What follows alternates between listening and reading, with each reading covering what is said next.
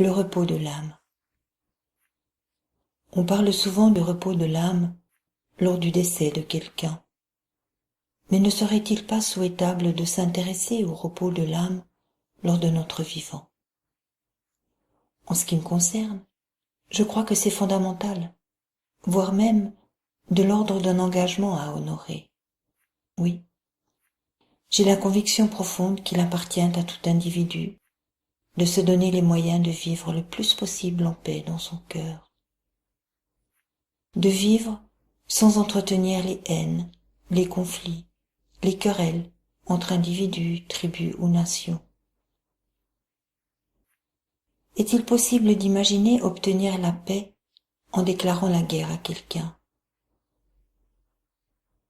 Est-il possible d'imaginer vivre sereinement avec ses voisins si la jalousie, la convoitise, les jugements, le commérage emplissent les cœurs?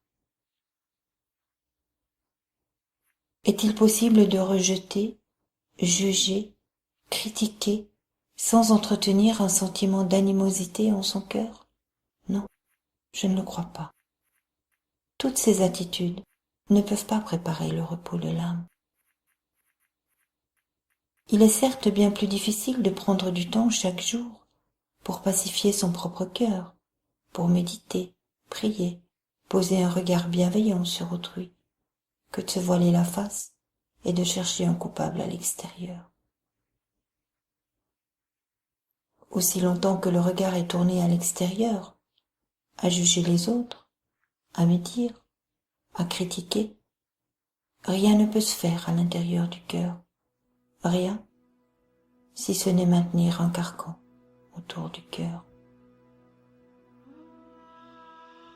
Le repos de l'âme se prépare chaque jour.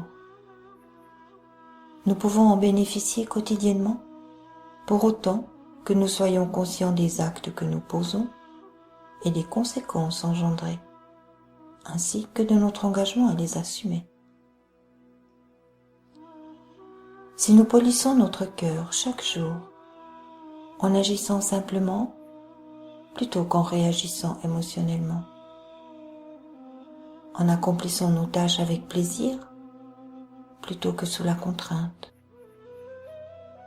en nous positionnant en égal plutôt qu'en juge, en servant plutôt qu'en exigeant des autres, alors